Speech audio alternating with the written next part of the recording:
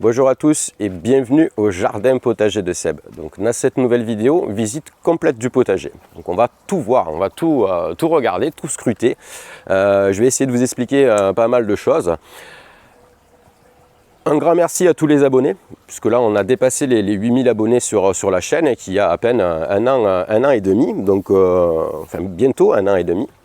Donc super content de cette évolution. Je travaille là actuellement sur plusieurs projets à la fois, donc des projets qui ont été démarrés bien avant cette chaîne YouTube, donc je vous en parlerai dans d'autres vidéos. Donc des projets qui vont pas tarder à sortir, donc voilà, encore quelques mois à attendre. Donc pour le moment je peux pas trop vous en parler. On verra ça dans d'autres vidéos. Le sujet aujourd'hui, les cultures donc extérieures et l'évolution aussi de la serre. Allez, suivez-moi.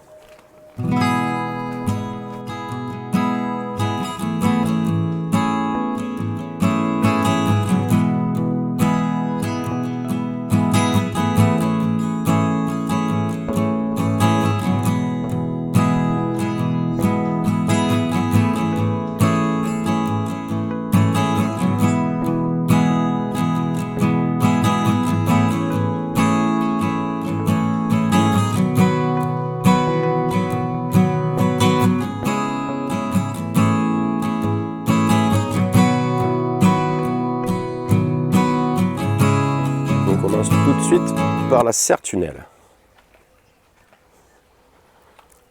Donc ici on peut voir que les cultures se portent à merveille. Donc au début des planches, donc sur le premier plan donc des fraisiers, des pousses de salade spontanée aussi. Donc là aussi de belles salades. Donc ici, donc plein de tomates. On va commencer par la fin. Donc il se porte à merveille. L'évolution des aubergines sous serre est super sympa. Une petite fraise. Donc pour le moment, les tomates ont une croissance relativement rapide par rapport aux températures qui sont dans cette serre. Donc là, plusieurs variétés d'aubergines. Donc l'aubergine de Barbantane, ici, on a de la Di Rosa, de la Violetta, on a pas mal de variétés qui ont été mises ici sur cette planche de culture. Donc là, cette planche de culture fait 1,50 m de large sur à peu près 5,50 m, 5,60 m de long. Donc là, ici, on arrive à avoir une culture des cultures assez variées. Au niveau du bac central, donc une ancienne culture en lasagne que je renouvelle chaque année, donc même en période d'hiver, puisque je m'en sers de couche chaude un petit peu l'hiver. Donc là on peut voir l'évolution, il n'y a pas photo au niveau des plants d'aubergines. Donc là ici de ce côté-là, on va peut-être faire le tour, on peut voir ici qu'on a déjà des petits poivrons, des petits piments doux des Landes. Pardon, un basilic pourpre au pied. Donc là après les œillets d'Inde aussi, une évolution assez sympa. Ici notre culture de carottes, elle se porte bien, par contre elle se fait envahir par des semis de tomates spontanées. Donc j'en ai déjà enlevé pas mal, mais bon, je vais essayer de voir un peu ce que ça donne en termes d'association. Donc je vous avouerai que c'est pas terrible, puisque le système racinaire va empêcher le développement de nos carottes, enfin du moins le bon développement de nos carottes. Donc on va quand même laisser faire un petit peu les choses, on va voir un peu ce qui se passe. Pour le moment, j'ai pas encore d'idée sur la suite de cette culture. On va voir son évolution.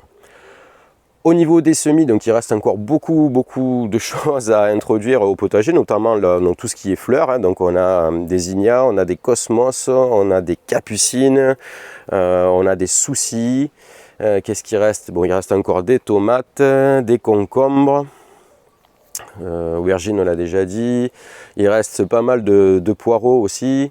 Donc là, ici, à titre d'essai, donc ces 3 plants de tomates en pot qui vont être repiqués, bien sûr, je ne vais pas les laisser dans ces petits pots. Mais on peut voir que l'évolution est pas trop mal. Donc ça c'est à titre expérimental, c'est 3 variétés différentes pour voir celle qui supporte le mieux en fait la culture en pot, enfin, la conservation en pot jusqu'à la plantation. Donc ça c'était dans l'expérience semi-précoce de tomates qui après pas mal de recul n'apporte rien à part des manipulations supplémentaires au niveau des godets et des semis. Donc là c'est pas forcément une bonne idée de semer trop tôt. Bon, au niveau des fraiseraies, donc celle-là vous la connaissez, l'évolution elle est super. Hein. Donc on a des fraises un petit peu partout. Donc au niveau des récoltes, on est sur 300-400 grammes de fraises, voire des fois un petit peu plus par jour. Au niveau donc, de cette planche, de ce bac de culture, avec celui-là, donc celui-là il est tout récent. Donc là pareil, donc en association ici des oignons. Donc ça je fais ça chaque année, ça marche plutôt bien. Donc il y a même un petit plan de bourrache ici. Qu'est-ce qu'on a d'autre? Des œillets d'Inde. Donc au niveau de la tour à fraises aussi. Donc ça, ces éléments-là font partie des quantités que je vous donnais tout à l'heure. Hein. Donc on va continuer de ce côté-là à la limite. Faire l'inverse. Donc là, bon, artichaut. Ici, on a une consoude. Donc c'est la Booking 14, celle-là. Hein. On a de la sauge. Et là, ici, culture particulière, donc culture en lasagne.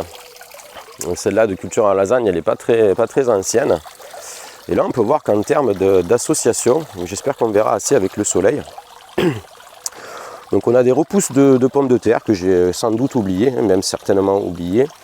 On a ici un plant de courgettes rondes de Nice.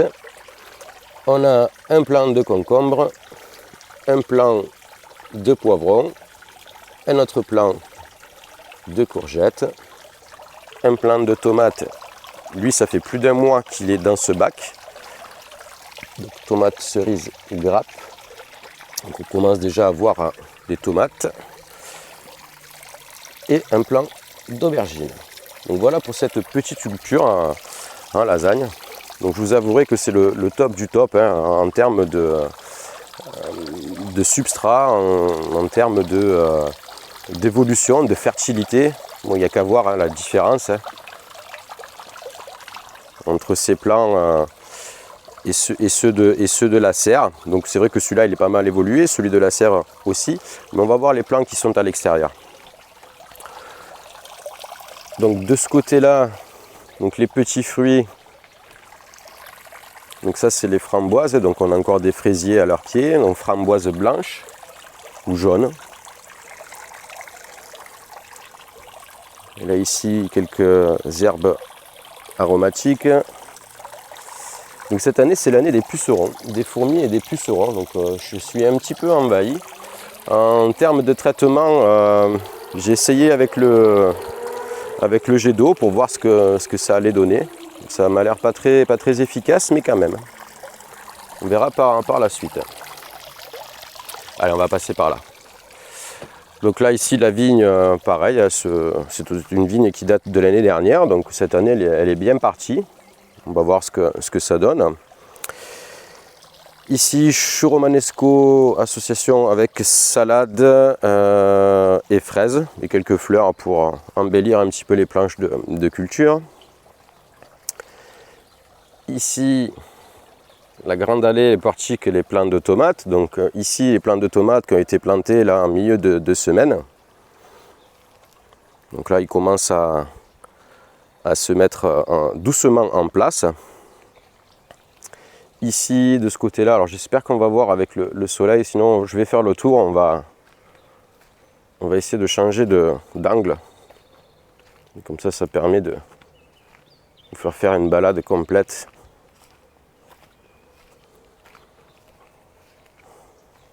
Je ne sais pas si de ce côté ça sera mieux. Ah, c'est les aléas du direct. Hein.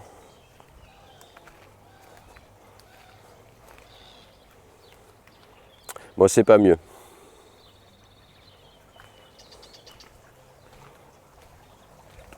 On va essayer comme ça. Voilà, donc ça c'est de la tomate bigarrée. Donc plusieurs variétés, hein. Il y a de la tomate russe, il y a de la noire de Crimée. Là ici sur ces planches de tomates, on a mis plusieurs variétés. Au niveau des planches qui sont juste avant, là ici on peut voir encore une fois donc plein d'aubergines. Donc ça c'est de l'aubergine greffée. Donc c'est de la Bonica.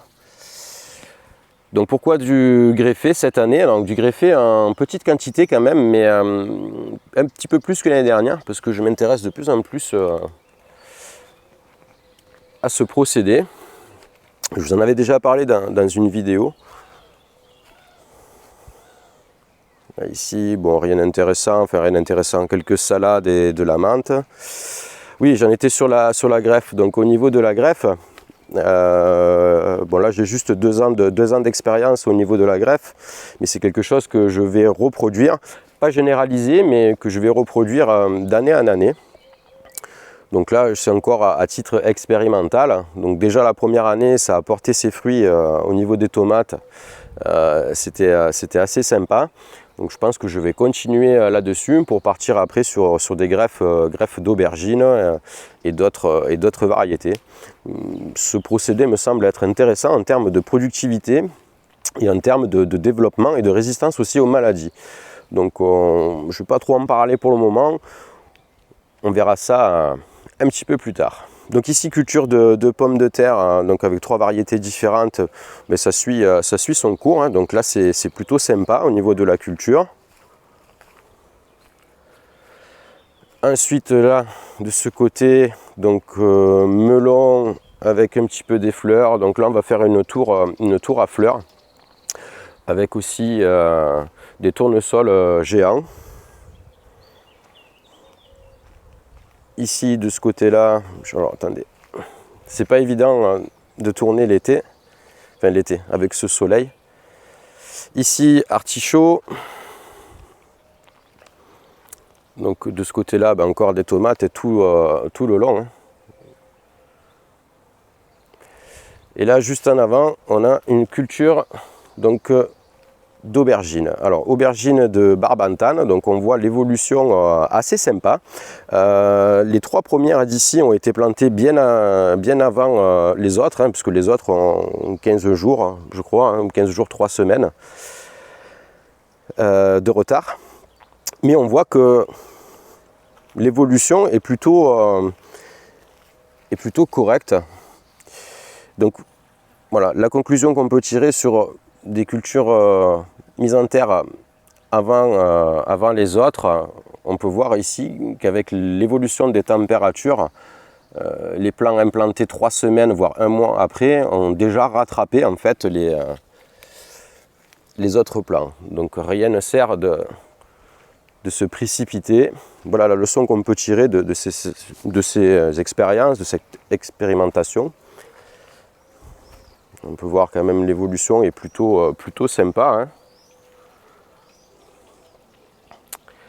Ici, puisqu'on est là, on a juste à se tourner. Donc là, on est sur les cultures de mange-tout. Donc mange-tout, déjà des récoltes qui ont été réalisées, hein. Donc productivité ici sur ces tours en mange-tout, top du top, hein.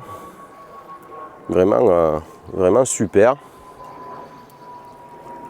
Donc là pareil, donc ça c'est encore des mange-tout, mais plantés à des dates différentes, hein, pour en avoir en fait en permanence. Donc je décale à peu près de 15 jours, 3 semaines les cultures.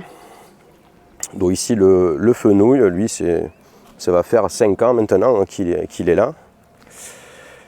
Ici de ce côté là, donc culture de fèves, petits pois et mange-tout, donc sur toute la longueur. Donc on peut voir ici, donc il va falloir les récolter. Donc en termes de fèves, on est pareil, au top du top, hein. De ce côté là il n'y a rien à dire, hein. On a des cosses de fèves qui sont juste super, hein. Tous les plants donnent en abondance. Donc là on est plutôt pas mal, hein. Regardez ça, c'est assez sympathique. Donc voilà pour ce côté-là. Après ici, de ce côté-là, donc là on a un peu des mange-tout aussi, donc là pas mal.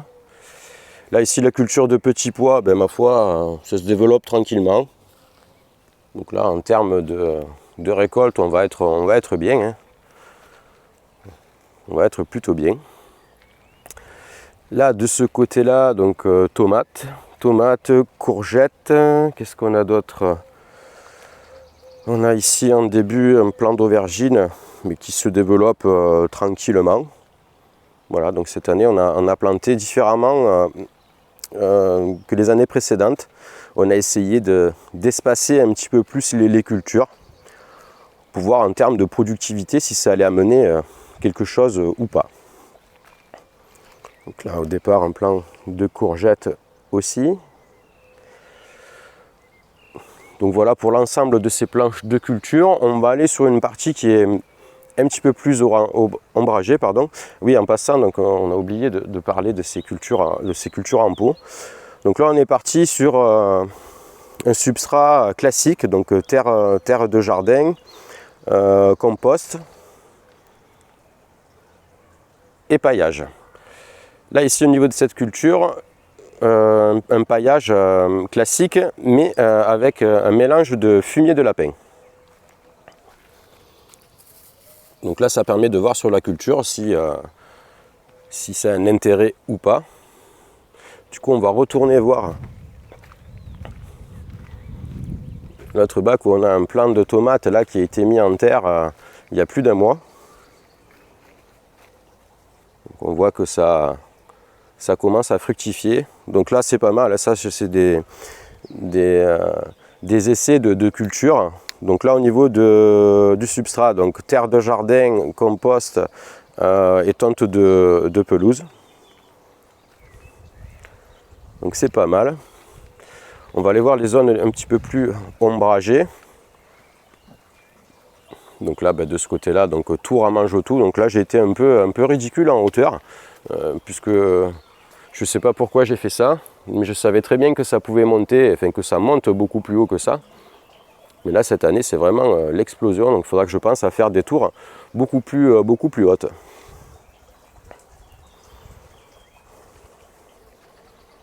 Donc ça, on a vu. De ce côté-là, donc courge. Donc là, j'essaye de sauver un semi-engodé de petits pois que j'ai plus ou moins oublié, enfin du moins tardé à planter en pleine terre. Donc ils ont un peu souffert. Ici, on a du chou-fleur. Oui, du chou-fleur. Donc avec des salades. Donc là, pareil, ça se développe tranquillement. Ensuite, de ce côté-là, pareil, donc basilic, ciboulette, on a un petit peu de tout de ce côté-là. C'est pas évident avec les ombres. Donc là ici de ce côté, donc quelques salades, encore des petits pois, on a 2 plants de concombre, encore un basilic pourpre, du meuflier, donc plante mellifère assez intéressante et vraiment sympathique. Ici de ce côté-là, encore du chou romanesco, je ne sais plus si c'était là ou là, le chou-fleur, chou romanesco. Bon, de toute façon au niveau de la plante c'est à peu près pareil, hein. On a du mal à les reconnaître. D'où l'intérêt de mettre des étiquettes visibles. Donc après en association avec des salades. Ici de ce côté-là encore une culture de fèves. Mais envahie par les pucerons et les fourmis. Donc les fourmis élèvent les pucerons. Ici, monsieur l'artichaut, lui, productivité pas trop mal. Donc là, pareil, traitement appliqué, le jet d'eau pour faire partir un petit peu tous ces pucerons, mais ils sont quand même encore en quantité. Donc c'est assez problématique. Ici sur ce portique, je devais mettre des tomates cerises, mais finalement j'ai décidé de faire une culture de concombre. Donc là, dans chaque compartiment, enfin chaque portique reçoit 5 plants de concombre et on va les faire grimper sur ces cordes pour voir un petit peu ce que ça donne. Voilà, je crois qu'on a fait à peu près le tour de tout. On va aller jeter un coup d'œil à la serre à semis pour que je vous montre un petit peu ce qui reste encore à mettre au potager. Étant beaucoup occupé en ce moment, je vous dis, j'ai à peine le temps de faire une petite vidéo pour donner signe de vie. Donc là, l'hôtel à insectes, lui, commence à se peupler, mais c'est vrai que je pense que le positionnement, là j'ai changé de place il y a quelques temps, il est quand même abrité. Et au niveau de sa population, on n'est franchement pas à la hauteur de ce que j'espérais. Enfin, on va voir un petit peu comment ça évolue. Mais on voit quand même que quelques trous dans les bambous commencent à être remplis. On verra la suite au prochain épisode. Donc de ce côté-là, bon, c'est un peu le fouillis dans cette vidéo, hein. On va à droite et à gauche, mais j'ai vraiment pas le temps de faire autrement. Au niveau de cette fontaine, donc j'ai eu pas mal de commentaires là-dessus. Quelle est son utilité? Son utilité, c'est créer un petit écosystème, attirer un petit peu de biodiversité et aussi pouvoir arroser mes cultures qui sont à proximité, notamment des cultures qui sont un petit peu on va dire, frileuses. Et en termes de rapidité pour remplir un arrosoir, c'est vraiment top. Donc on plonge l'arrosoir, on a une eau à température ambiante et c'est assez sympa. Du côté de la serre, donc il reste encore pas mal de choses, encore des aubergines en pot. Là on a un plant de tomates dans un godet qui est plus petit que les autres pour toujours pareil expérimenter, voir un petit peu ce que ça donne. Donc là, les plants commencent à vraiment souffrir, puisque là, leur réserve nutritive n'est quasiment plus présente. Du moins, la plante souffre, elle est en manque de nutriments. Donc il va falloir s'en occuper rapidement.